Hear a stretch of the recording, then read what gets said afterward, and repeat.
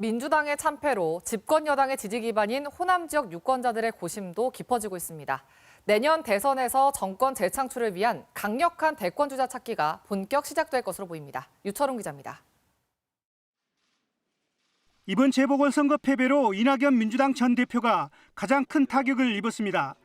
상임선거대책위원장을 맡아 선거를 지휘했으나 참패를 막지 못해 대권 과도에서 최대 위기를 맞은 셈입니다. 정치권에서는 호남의 유권자들이 새로운 대안을 모색하려는 움직임이 가시화될 것으로 예상하고 있습니다.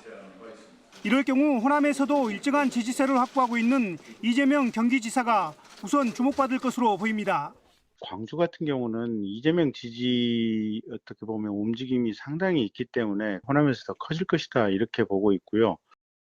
정세균 총리도 호남 출신의 이점을 안고 있어 스스로 대선 경쟁력을 입증하면 호남 유권자의 마음을 얻을 수 있다는 평가를 받고 있습니다. 정세균 총리의 경우 본인의 존재감과 대선 후보로서 비전, 어떤 가능성들을 입증해야 된다.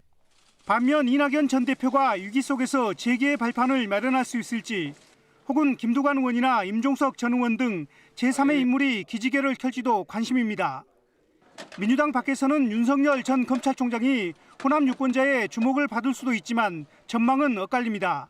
국민의힘 소속 후보로 나오는 것보다 제3지대 후보로 나온다면 호남에서는 어느 정도까지는 넓힐 수 있는 여지가 충분히 있다 이렇게 봅니다.